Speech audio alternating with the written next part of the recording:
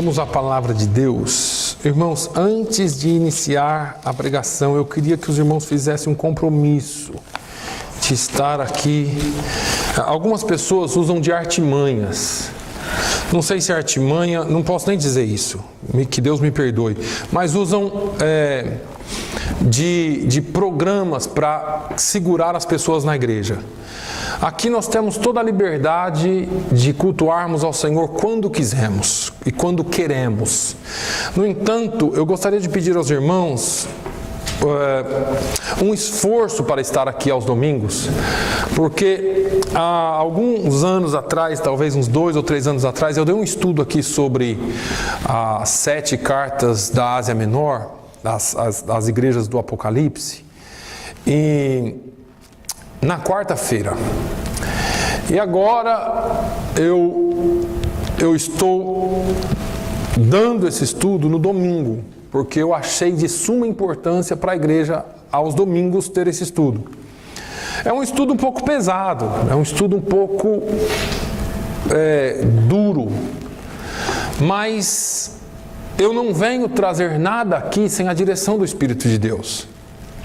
E eu quero que os irmãos me entendam, porque eu sempre falo aqui que existe uma responsabilidade sobre o pastor da igreja, sobre o que vai ensinar. As igrejas que mais crescem são as igrejas populares, são as igrejas que, me perdoem, mas pregam um evangelho de algumas folhas da Bíblia. E o Senhor nos chama a atenção para tomarmos decisões com relação àquilo que nós pretendemos ser como igreja. O que nós pretendemos ser enquanto igreja. Então, eu comecei na semana passada falando sobre uma visão geral das cartas às igrejas da Ásia Menor e como Jesus escreveu as igrejas, e falei sobre como ele passeia, como ele anda entre os castiçais que são as igrejas, e portanto ele as conhece, e portanto ele as sonda profundamente, e mais do que isso, ele tem uma opinião formada a nosso respeito, e ele sabe muito bem o que cada igreja representa no reino de Deus. Alguns detalhes importantes que nós precisamos lembrar da semana passada é que a igreja não é nossa. A igreja é do Senhor Jesus. E Ele tem ciúme da sua igreja. Nós precisamos lembrar que, independentemente do estado da igreja, Ele chamou a todas elas de igreja. A Filadélfia e a Esmirna, que eram igrejas que estavam acima das reprovações, não há nenhuma reprovação. No entanto, ele chama de igreja também Laodiceia, que estava numa situação difícil. Todas são igreja, e eu chamei a atenção da igreja, alertei a igreja, pela forma como tratamos ou falamos da igreja do Senhor. Eu já cometi essa falha e falei aqui domingo passado. Algumas pessoas se dão ao direito de chamar de igrejinha, de igrejola, de qualquer coisa, aquela igreja ali. Mas é a igreja do Senhor. Falamos do caráter geral das cartas, partindo da citação de Jesus que diz: olha, quem tem ouvidos para ouvir, ouça o que o Espírito diz às igrejas. Falamos do caráter moral das cartas, porque todas as cartas fala e convoca a igreja para a santificação. E aí eu falei sobre alguns elementos em comum das cartas, e é isso que eu vou continuar hoje, porque nós não temos muito tempo, mas eu quero hoje fechar essa introdução para que a partir de domingo que vem nós falemos a cada domingo sobre uma igreja. E eu gostaria muito que você estivesse aqui todos esses dias. Porque no final desse estudo, e não é uma campanha de 7 domingos, irmão, pelo amor de Deus, não me entenda mal. Não estou criando coisas aqui, não tenho nada contra quem cria, mas eu quero que você tenha o comprometimento de estar na presença de Deus, aprendendo da sua palavra. Falei aqui sobre o destinatário, domingo passado. O destinatário para todas estas cartas é bem específico. Jesus fala que, lá começando em Apocalipse capítulo 2, versículo 1, ele diz: escreve ao anjo da igreja de Éfeso. No versículo 8 ele fala: ao anjo de Esmirna escreve. No 12, e ao anjo da igreja que está em Pérgamo escreve. No 18, e ao anjo da igreja de Tiatira escreve. No capítulo 3, versículo 1, ao anjo da igreja que está em Sardes. No versículo 7, a igreja em Filadélfia. E no 14, ao anjo da igreja de Laodiceia. Em todas estas cartas, a carta é direcionada ao anjo da igreja. Os estudiosos, eu disse aqui, acreditam unanimemente, concordam entre si, há um consenso entre si que o anjo da igreja citado nas cartas por Jesus é o pastor da igreja. E o pastor da igreja, para aqueles que não sabem, é comparado a um pastor de ovelhas. E o termo pastor já foi falado tanto em hebraico quanto em grego, significa aquele que cuida. Aquele que cuida. Falei aqui que o Senhor não dá igrejas a pastores, mas Deus dá pastores à igreja. Falei aqui da responsabilidade que é do pastor em pastorear e em ensinar a igreja com responsabilidade, com integridade, sem negociar princípios, sem fazer malabarismos com a palavra de Deus, porque é muito sério a questão da palavra de Deus.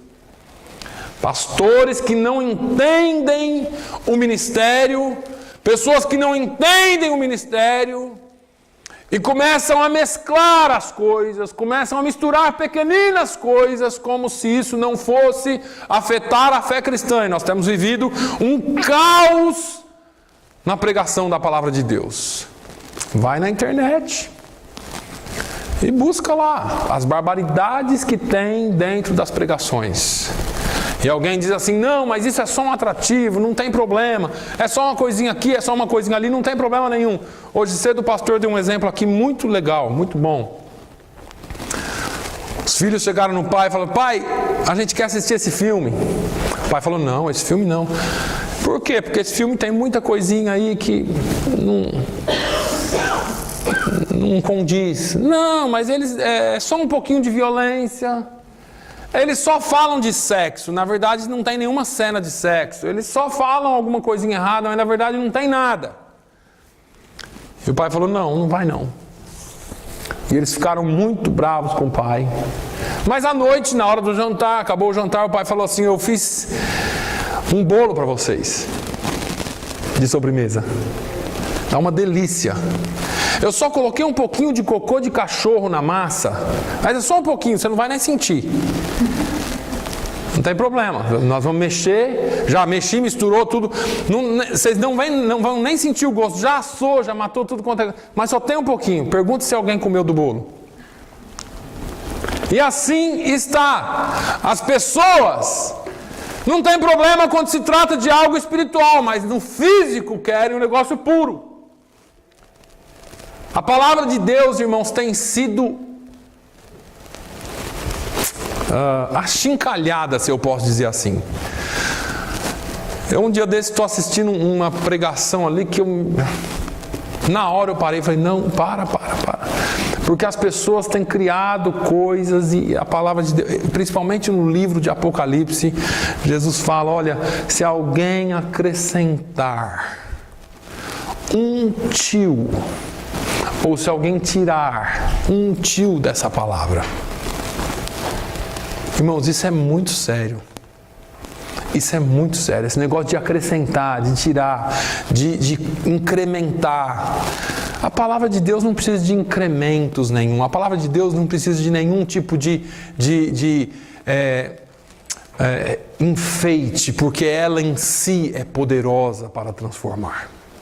Nós não precisamos desse tipo de coisa. Mas vamos adiante. Eu falei também da responsabilidade que a igreja tem com relação ao pastor. Hebreus, no capítulo 13, no versículo 17, diz: obedecei a vossos pastores e sujeitai-vos a eles, porque velam por vossas almas, como aqueles que hão de dar conta delas, para que o façam com alegria e não gemendo, porque isso não vos seria útil. É interessante lembrar que, apesar de Hebreus falar: olha, obedecei aos vossos pastores e sujeitai-vos a eles, claro que são homens de Deus, claro que são pastores chamados por Deus. Essa sujeição não é a sujeição cega,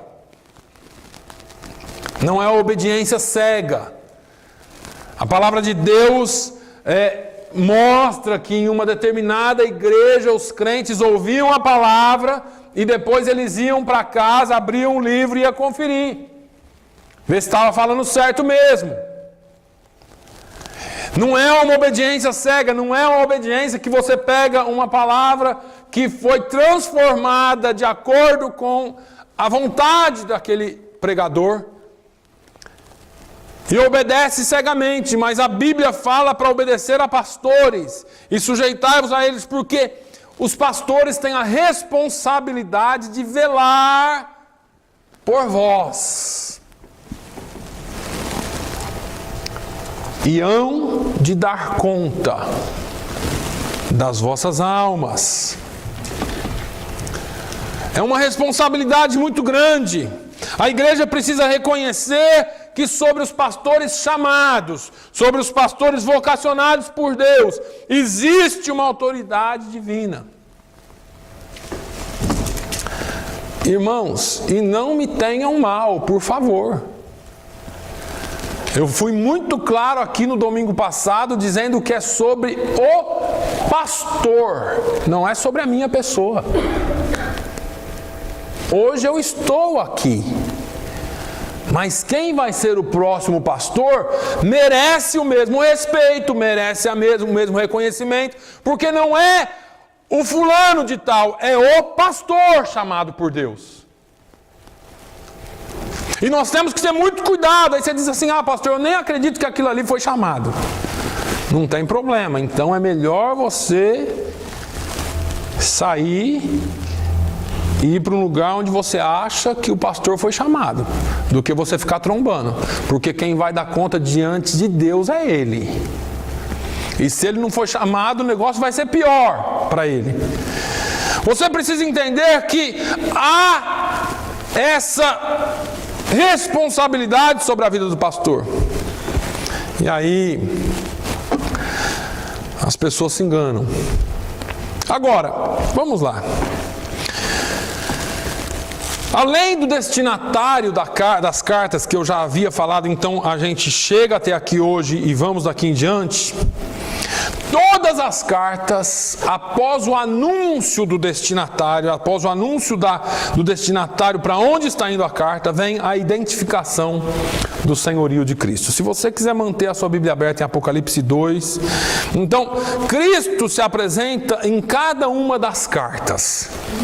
Eu quero passar com você hoje, capítulo 2, versículo 1, diz assim: isto diz, depois que ele fala, escreve ao anjo da igreja que está em Éfeso, ele diz: isto diz aquele que tem na sua destra as 7 estrelas, que anda no meio dos 7 castiçais de ouro. Essa é a apresentação de Jesus. Se você ler lá no versículo 20, que nós já lemos, capítulo 1, versículo 20, você vai ver que os 7 castiçais são as 7 igrejas, e se Jesus anda no meio dos 7 castiçais, significa que ele anda no meio das 7 igrejas, e significa que ele está no meio da sua igreja. E eu posso dizer para você, porque algum tempo atrás, talvez mais de um ano, eu disse assim: você veio aqui para quê?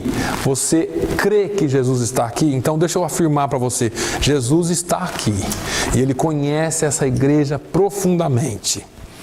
Ele não andava só no meio de Filadélfia, que estava no nível espiritual aceitável. Ele andava também no meio de Laodiceia. Agora veja bem, no versículo 8 do capítulo 2 ele diz: isto diz o primeiro e o último, que foi morto e reviveu. No 12 ele diz: isso diz aquele que tem a espada aguda de 2 fios. No 18 ele diz: isso diz o Filho de Deus, que tem seus olhos como chama de fogo e os pés semelhantes a latão reluzente. No capítulo 3, versículo 1, ele diz: isso diz o que tem os 7 Espíritos de Deus e as 7 estrelas. No versículo 7 ele diz: isso diz o que é santo, o que é verdadeiro, o que tem a chave de Davi, que abre e ninguém fecha, e fecha e ninguém abre. No 14 ele diz: isso diz o Amém, a testemunha fiel e verdadeiro, o princípio da criação de Deus. Jesus está aqui se apresentando para cada igreja, e é incrível que ele se apresenta para cada igreja de maneira distinta e diferenciada. Talvez você nunca tenha prestado atenção nisso. Confirma a palavra de Paulo aos Colossenses no capítulo 3, versículo 11, que diz: mas Cristo é tudo em todos. Cristo é tudo em todos, ou seja, Jesus quer se revelar à sua igreja. Jesus quer se revelar a esta igreja. Jesus quer se manifestar a cada igreja, mas para que ele se manifeste a cada igreja, ele olha a forma, a cultura, a formação daquela igreja para ele se apresentar para ela. E a forma como ele se revela aqui não é a forma como ele se revela na igreja da esquina. Não é a forma como ele se revela na igreja lá no Brasil. A maneira como ele se revela lá não é como ele se revela aqui. Isso não significa que ele não se revelou aqui ou que ele não se revelou lá. Significa que ele conhece as características individuais de cada corpo, de cada parte do seu corpo. E aí, ele conhece especificamente a necessidade espiritual de cada igreja, a necessidade física da sua igreja. Ele conhece a sua realidade, o seu retrato, ele faz um raio-x da igreja e aí ele mostra-se como a igreja precisa ser. O método que funciona em igreja X não funciona na igreja Y. O anjo da igreja é que tem a responsabilidade de orar para que Deus se revele à igreja da forma que ele quer revelar. Mas o fato é que ele quer se revelar. O fato é que ele quer dizer para a sua igreja quem ele é. Você já pensou nisso? Se Jesus fosse se apresentar para essa igreja, o que ele diria? O que Jesus diria a nosso respeito, ou a respeito dele para essa igreja? Porque nós vamos perceber que para cada cidade, para cada igreja, ele se revelou de uma forma porque tinha algo cultural e algo acontecendo na realidade daquela igreja que fazia com que ele se revelasse daquela forma. Jesus quer nos dizer quem ele é. Jesus quer se revelar para nós como ele é. E muitas vezes nós não entendemos isso. Agora, ele mostra o destinatário, ele se identifica para cada igreja, e aí ele vem com uma mensagem direta para cada igreja. E isso aqui é uma das coisas que mais mexe comigo. Jesus não faz muito rodeios com as suas igrejas. E eu quero que os irmãos entendam bem. Eu não estou falando que cada igreja é diferente. É tudo igreja do Senhor, mas são congregações diferentes em locais diferentes. Jesus não faz rodeios para falar com elas. Em todas as cartas, em todas está escrito assim: eu sei as tuas obras. Eu conheço as tuas obras. E aqui começa a ficar mais pesado. Se você já sentiu um pouquinho domingo passado, talvez você vai sentir um pouquinho mais hoje. E eu já falei aqui domingo passado, a ideia não é que ninguém saia da igreja. A ideia é que todo mundo fique. Mas vê lá como você responde a essa palavra. Porque a ideia é que nós cheguemos a um consenso daquilo que nós queremos ser enquanto igreja diante de Deus. Eu sei as tuas obras. Eu sei quem você é. Jesus está falando para a igreja. Eu sei quem você é. Eu já caminhei entre vocês. Eu já fiz o diagnóstico. Já conheço a vossa realidade. Deixa eu dizer para vocês. Vocês não pensam, ou melhor, vocês não são o que pensam que são. Vocês são o que eu sei que vocês são. Isso é de arrepiar. Jesus falando, vocês não são exatamente o que vocês pensam. Eu conheço as tuas obras. Jesus sabe quem somos nós. Homens dão sugestões. Homens especulam, ouvem informações verdadeiras ou não, falam informações verdadeiras a nosso respeito ou não, passam informações que querem passar ao nosso respeito, sendo boas ou más, mas só Jesus sabe aquilo que nós de fato somos. Isso pode ser um consolo, mas pode ser um aperto também da parte de Deus. Conheço as tuas obras, conheço o que você faz, eu te acompanho em tudo que você vai fazer. É interessante que quando Naamã vai ter com Eliseu, Naamã era um capitão leproso. Ele foi ter com Eliseu e ele chegou lá em Eliseu. Eliseu fala para ele, vai lá, mergulha, no Jordão 7 vezes. Ele foi, mergulhou, sarou, voltou, ofereceu presentes para Eliseu. E Eliseu falou, não, vou pegar nada seu não.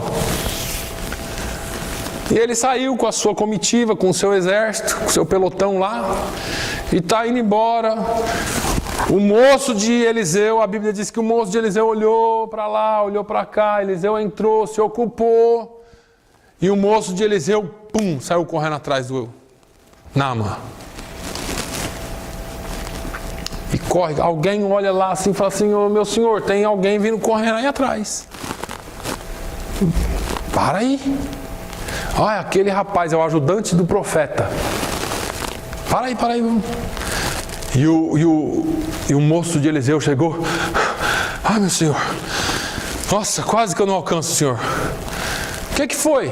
Sabe aqueles presentes que o senhor ia dar lá para Eliseu, que ele não quis? Sei. Então, o senhor acabou de sair, chegaram 2 dos filhos dos profetas. E o meu senhor pediu para lhe pedir, mandou que eu viesse lhe pedir algumas roupas, algum presente, algumas coisas para dar para os filhos dos profetas. Pois não, pegou roupa, dá ouro, dá as coisas para ele aí. E deu. Ele pegou isso tudo e voltou para casa. Chegou de fininho, olhou, o profeta não está olhando, foi lá, escondeu no quarto, voltou, entrou. E aí o profeta,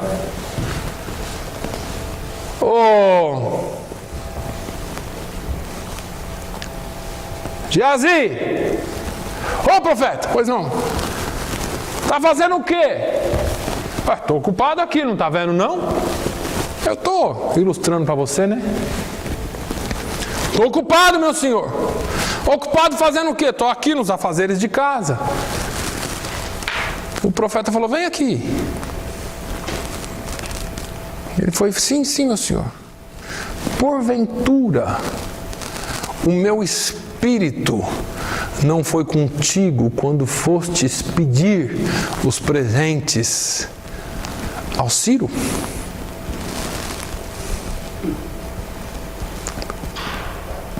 Olha, por causa do que você fez hoje, por causa da sua mentira, por causa daquilo que você aprontou hoje, a lepra dele caia sobre ti e sobre toda a sua descendência. E a Bíblia diz que ele ficou branco, a sua pele ficou branca de lepra. Deixa eu dizer uma coisa para você, meus irmãos. Você pode estar sozinho, você pode estar em outra cidade, você pode estar em outro lugar, você pode não ter nenhum conhecido, mas o Espírito de Deus olha o que você está fazendo. Onde ninguém vai com você, Ele vai com você. E quando você comete aquele pecado que ninguém viu, Ele viu. E Jesus está dizendo, eu sei as tuas obras, eu conheço as tuas obras, eu sei quem você é, melhor do que você sabe quem você é.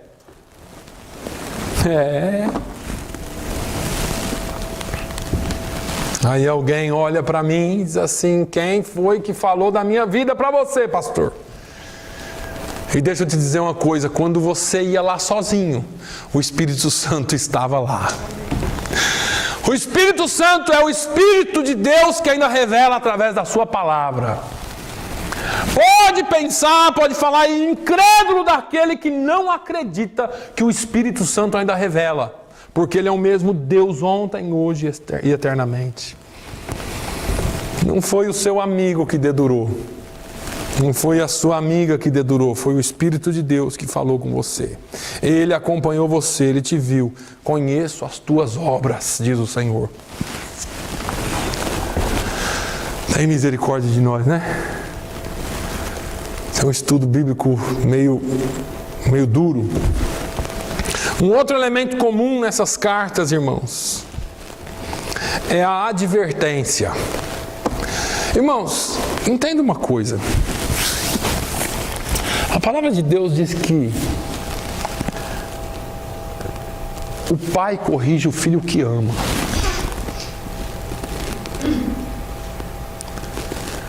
Não caia no engano de Satanás. Não caia no engano de Satanás. Quando a palavra de Deus vier corrigindo você, não fique pensando que alguém dedurou você, que alguém foi fofocar de você para o pastor, que alguém está fofocando entre... Não, irmãos. Deixa eu dizer uma coisa para vocês. Às vezes eu ouço alguma coisa aqui na igreja, por uma questão de educação, mas longe de mim ficar com fofoquinha. Às vezes eu faço um comentário. Outra coisa que você tem que entender, se você quiser fazer uma crítica construtiva sobre mim, crítica se faz à pessoa, não da pessoa. Se for construtiva, tá? Pastor, eu acho que esse negócio aí não está muito certo. Vem falar para mim. Esse negócio de você ir fofocar de mim e depois falar que está fazendo crítica construtiva não pega para mim. Me desculpe. E eu não estou preocupado se você está falando mal de mim ou bem de mim também, não estou. Porque a minha responsabilidade é para com Deus.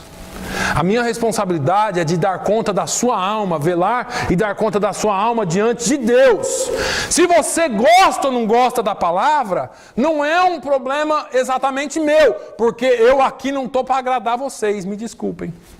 Isso aqui não é teatro, isso não é um desabafo, isso é ensinamento. Se você quiser dar glória a Deus, aleluia, pular, um dia ou outro nós vamos ter mensagem para isso. Mas quando a gente entra no estudo da palavra de Deus, é para chocar mesmo. Quando João Batista veio pregando, ele não veio assim, vem aqui, olha, tá vindo o Salvador, ele vai levar a gente para um lugar de clímax. Não, ele falou, raça de víboras, arrependei-vos. O evangelho forte dá choque. O evangelho que cura é o evangelho que dá choque na ferida até ela secar. É por cauterizar, tem que cauterizar o ferimento. O câncer se mata com quimioterapia, eu já falei. Não se mata com cibalene nem com aspirina, não. Aspirina é para resfriado, é para coisinha. Quando o negócio é lepra, e o negócio tem que ser mais forte. Então, não se engane, porque a advertência do Senhor vem para curar, não vem para matar. Só quem se engana são aqueles que infelizmente ainda são fracos na fé, e eles precisam da nossa misericórdia e da nossa oração. Então, não se engane. Para todas estas cartas, exceto para Esmirna e para Filadélfia, existe a frase: tenho contra ti. Olha, irmãos, isso aqui é o próprio Jesus dizendo: olha, está lá, isso diz o amém, isso diz o que tem a chave de Davi, isso, ele se apresenta e ele fala assim: olha, tenho contra ti. Isso é pesado. Não tem jeito.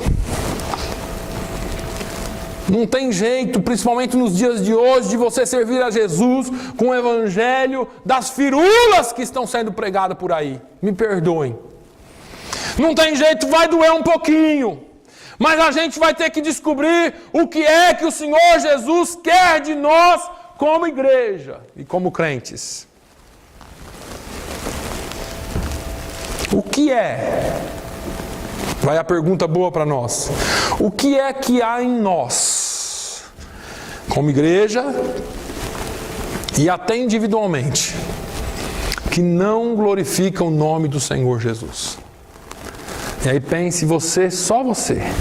O que eu estou fazendo que não glorifica o nome do Senhor Jesus? Paulo fala assim: olha, quer comais, quer bebais, quer façais qualquer outra coisa que seja para a glória do nome do Senhor Jesus. Ou que seja para a glória de Jesus. O que é que nós fazemos que não glorifica? E isso a gente não pensa. Será que o que eu estou fazendo, será que isso vai glorificar? Claro que nem tudo que fazemos glorifica a Jesus. Tem hora que a gente perde o controle, tem hora que a gente faz um negócio sem querer e depois fala: caramba, não era para eu ter feito isso. Mas o que é que você pode começar a pensar? Porque deixa eu falar uma coisa para vocês, irmãos. Parece que eu sou meio cético às vezes com alguma coisa, mas não é não. A Bíblia é realista, nós que não queremos ver. Presta atenção. Quando esses pastores aqui receberam essas cartas, vocês acham que aquele culto foi um culto cheio de poder? Quando leram essas cartas aqui? Eu acredito que para Esmirna foi, apesar de choro, e eu acredito que para Filadélfia foi, mas para 5 outras igrejas não foi. Não foi não. Eu acredito que para 5 outras igrejas deve ter tido choro. E alguém deve ter dito assim: o que é que nós estamos fazendo? O pastor deve ter, antes, se ele tinha alguma coisa de crente, antes de ler para a igreja, eu acho que ele recebeu aquela carta, e ele falou: o que eu estou fazendo aqui? O que eu estou fazendo aqui? E você pensa que essas perguntas não inundam as nossas cabeças de vez em quando? O que é que eu tenho feito? Tenho contra ti. O que é descartável em nós, que não está servindo para glorificar a Deus em nada? O que é que a gente está fazendo aqui que nós não, ou que nós pensamos que estamos fazendo muito bem, mas que na verdade Deus olha assim e fala: não é bem isso. Não foi bem para isso que eu chamei. Não foi bem para isso que eu reuni esse povo. Será que tem alguma coisa que nós precisamos rever nas nossas condutas, nas nossas formas, nos nossos princípios, que Deus está nos chamando à responsabilidade, dizendo assim: olha, não foi para isso que eu te chamei.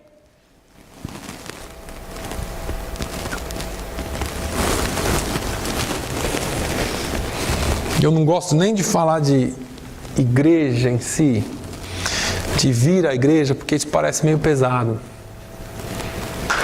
Mas eu vou usar aqui uns exemplos meio... Será que Deus nos chamou para vir uma vez por semana na igreja? Claro que todo mundo trabalha. Estou dizendo aqui, os exemplos eles podem falar com você da forma como serve para você. E não tome tudo no literal. Claro que se você trabalha, se você está ocupado, se você chega tarde, o que você vai fazer? Você estuda. Mas para você que não tem a obrigação, ou nenhuma outra obrigação, será que eu estou indo na igreja uma vez por semana e às vezes uma vez a cada mês, às vezes uma vez a cada 2 meses? Será que isso pesa para você?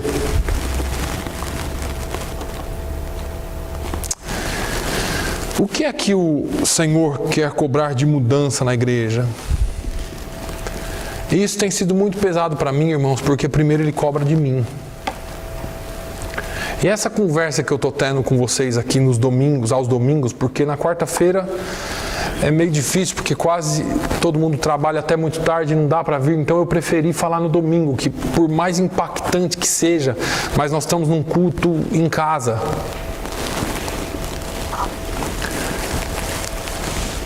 O Senhor quer começar a desenvolver santidade em nós. Ele quer começar a desenvolver coisas em nós que nós não conseguimos desenvolver nos nossos dia a dia, sem que nós tenhamos alguma coisa para pensar sobre na cabeça. Por isso que eu prefiro trazer mensagem que te põe para pensar do que mensagem que te faz pular. Porque a mensagem que te faz pular, você vai sair daqui falando, nossa, mas foi legal, hein? Hoje foi bênção, mas passou. A mensagem que te faz pensar, talvez você não vai dormir à noite. E eu não sei se chega a esse ponto, mas para mim chega. A mensagem que te faz pensar é aquela que amanhã você vai ficar pensando assim, como é que eu posso glorificar o nome do Senhor hoje? Ou o que é que eu posso descartar na minha vida hoje que não está glorificando o nome do Senhor? Ou como é que eu posso ser mais fiel a Deus, mesmo não podendo ir à igreja? Porque eu disse aqui que eu iria usar alguns exemplos, mas às vezes você não pode vir à igreja, amém por isso. Mas será que onde você está glorificando o nome do Senhor? Será que onde você está sendo um embaixador para o Senhor? Nenhum pastor pode forçar ninguém a ser santo. Ninguém pode forçar ninguém a ser santo. Mas todo pastor tem a obrigação de que a santidade, ou de fazer com que a santidade comece pelo altar. E não é fácil. Não é fácil. Nós temos conversado aqui entre os pastores, às vezes a carga é muito pesada. E você não entende, porque não é uma carga de muito trabalho físico. Nossa, mas você não faz nada, você só lê. Você só vai em reunião aqui, reunião ali, você não faz nada. Não é essa carga que eu estou falando. Eu estou falando da carga espiritual, que às vezes do nada acontece alguma coisa, às vezes do nada vem um sentimento, às vezes do nada alguém fala alguma coisa. Irmãos, nós estamos debaixo de ataque espiritual e não estamos enxergando isso. Quem tiver dúvida, fica um pouquinho mais aqui e converse um pouquinho comigo. Por que é tão difícil nós chegarmos 10 minutos antes do culto e dobrarmos os nossos joelhos para orar? Porque no domingo o cansaço é de lascar. Parece que Irmãos, tem dia que eu vou dormir 1h da manhã e desperto às 6h. Estou uma maravilha. Mas tem dia que eu posso dormir 9 horas, que vai chegar às 7:50 eu estou arrastando. E todo mundo passa por isso. O que eu estou dizendo é o seguinte, irmãos, que é difícil quando se trata das coisas espirituais. Já jejuou? Sabe como que é jejuar? Sabe o que é jejuar? Você não toma café nem um dia durante a semana. O dia que você fala, vou jejuar, você acorda com o estômago nas costas. Você lembra de coisa que você nunca lembrava antes. Você vai lembrar do pudim de leite condensado, do curau de milho da avó, da mãe, da pamonha. Eu estou falando de tudo que eu gosto aqui, né? Faz tempo que você não lembra, mas o dia que você resolveu jejuar, o diabo começa a trazer até o cheiro no seu nariz, assim, ó. Sabe aquelas fumacinhas dos desenhos do Pica-Pau? Que ele vem assim, né? Flutuando na fumacinha da torta de maçã, que é costume daqui, mas para nós seria algum outro tipo de prato. Lembra da feijoada do Manuel, lembra das coisas das mais deliciosas, e aí você fica naquela guerra. E tudo isso aí é só para te distrair, porque no dia de jejum, geralmente era para você estar se consagrando, era para você estar em paz, buscando a Deus, mas naquele dia o trem é para lascar mesmo. É difícil, as coisas espirituais são difíceis. E aí nós vamos nos acostumando, nos adaptando, né? Vamos fazendo as coisas mais relaxadamente. Vamos fazendo as coisas com menos frequência. E aí a gente chega nesse ponto que nós estamos como igreja. Que eu não vou dizer que é bom e nem que é ruim. Fique para você decidir. Você está achando bom? Ou está achando ruim? Não sei. Isso é você que tem que decidir para você. Né? Para alguns está fraquinho. Para outros está forte demais. Nós temos que pensar nisso. Temos que pensar nisso. Agora, para encerrar isso aqui, essa introdução, em todas as cartas há promessas. Em todas as cartas existem promessas. Agora, as promessas, apesar de estarem em todas as cartas, não são para todos. E isso é muito sério também. As promessas estão em todas as cartas, mas as promessas não são feitas para todas as pessoas. Pode ver no final de cada carta está escrito assim, ó, ao que vencer, ou aquele que vencer, ou a quem vencer. A promessa é para quem vence. A promessa é para aquele que luta até o final da batalha.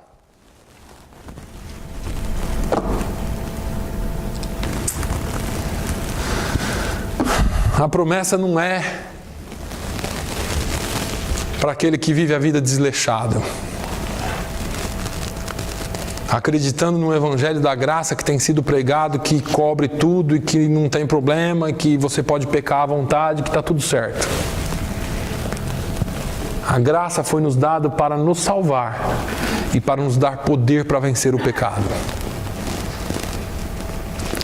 E esse evangelho que eu prego, ele é bem impopular, porque as pessoas não gostam dele. As pessoas preferem um evangelho que apresentam vários caminhos de salvação. Mas deixa eu te falar, o caminho da cruz ainda é um caminho estreito. O caminho da salvação ainda é pela porta estreita. A Bíblia não mudou, por mais que as pregações tentem mudá-la. A Bíblia é a palavra de Deus, mas na boca do diabo é a palavra do diabo. Até porque o diabo, quando cita a Bíblia, ele cita cortado, ele não cita inteira. Pode pegar no Jardim do Éden, pode pegar lá em Marcos 1, quando Jesus vai para o deserto ser tentado, o diabo usa a palavra pela metade. E na boca do diabo é a palavra do diabo. Então, conclua por você mesmo que na boca de pessoas com más intenções não é palavra de Deus, apesar deles dizerem que é. Isso é muito sério também, porque a igreja tem que estar atenta. Se os irmãos perceberem, eu não fico pregando aqui o que você não pode fazer. Mas eu prego aquilo que nós devemos fazer. Porque quando nós sabemos o que devemos fazer, quando nós conhecemos a palavra de Deus, quando vier o que é falso, você vai saber distinguir. No mínimo vai acender uma luz vermelha ou uma amarela. Será que isso é verdade? Espera aí. Eu já ouvi esse negócio diferente. Agora, irmãos, tem gente indo no cinema, assistindo filme chamado bíblico, tomando aquilo por Bíblia sem nunca ter lido a Bíblia. Eu vou assistir Noé. Aí passa aquele monte de trapalhada lá que não está na Bíblia.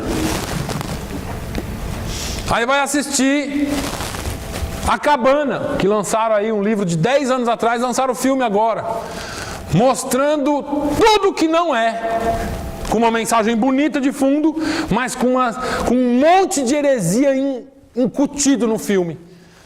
E as pessoas ficam pensando de Deus aquilo que Deus não é.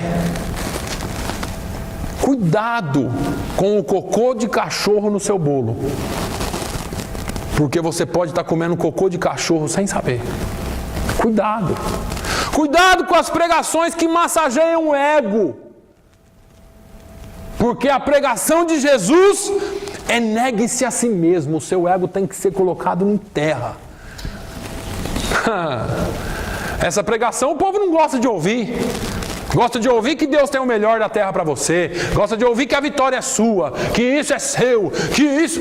Irmãos, amém. Deus tem vitória para nós? Tem, mas aqui está dizendo assim, ó, a quem vencer. E esse vencer aqui não é aqui exatamente. É no final.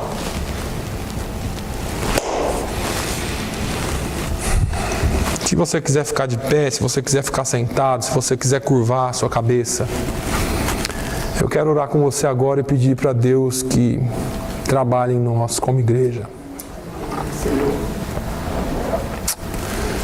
Que o Senhor trabalhe em nós, que o Senhor trabalhe no nosso meio. Que Ele desenhe nesses próximos domingos para nós aquilo que Ele espera de nós como igreja, que glorifica o Seu nome. Porque nós não podemos só ser um grupo de pessoas que reunimos aqui a cada domingo para um aparente culto de adoração a Deus.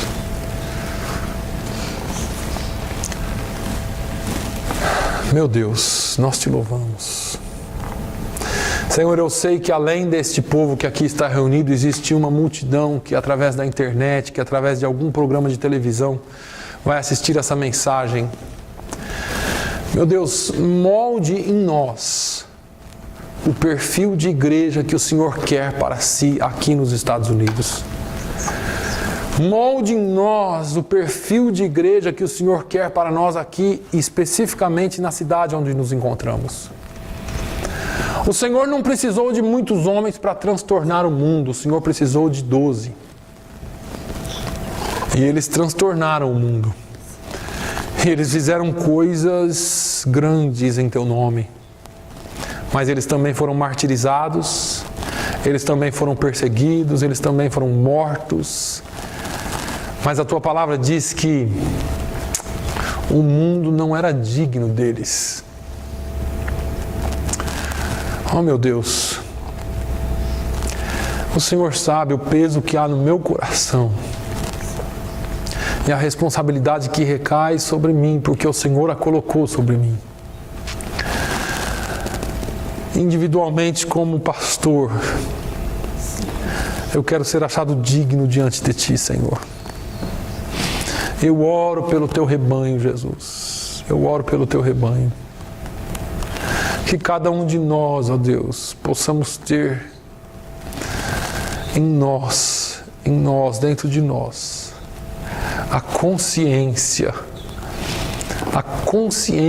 não só o sentimento, mas a consciência daquilo que o Senhor quer que sejamos.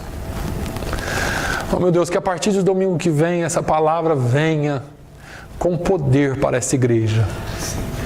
Que essa palavra alcance corações e quebrante corações. Que a partir de domingo que vem, essas experiências que essas igrejas, essas 7 igrejas tiveram contigo, sejam transmitidas para esta igreja com fervor, com temor e com tremor na Tua presença, para que o Senhor fale com a Tua igreja. Senhor, coloque em nós o sentido, o desejo de querermos nos santificar diante de Ti. Oh, meu Deus, nós precisamos de Ti como nunca neste lugar. Nós queremos sim te servir, ó Deus, mas o Senhor sabe o quanto o reino espiritual tem se levantado contra esta igreja. Mas no nome de Jesus, ó Deus, eu te peço, no nome de Jesus eu te peço, guarda a tua igreja. Guarda a tua igreja no nome de Jesus. No nome de Jesus. Pai, dê-nos uma semana abençoada. Dê-nos uma semana na tua presença. Que o teu nome seja glorificado aqui. Que o teu nome seja glorificado em nossas vidas. E que o teu povo, Senhor, esteja pronto e preparado para estar te buscando e ouvindo sobre a tua palavra no próximo domingo. No nome de Jesus, eu peço e agradeço. Que o amor de Deus, a graça do nosso Senhor e Salvador Jesus Cristo, a comunhão e a consolação do Espírito Santo seja com todo o povo de Deus, hoje e sempre. Todos digam amém.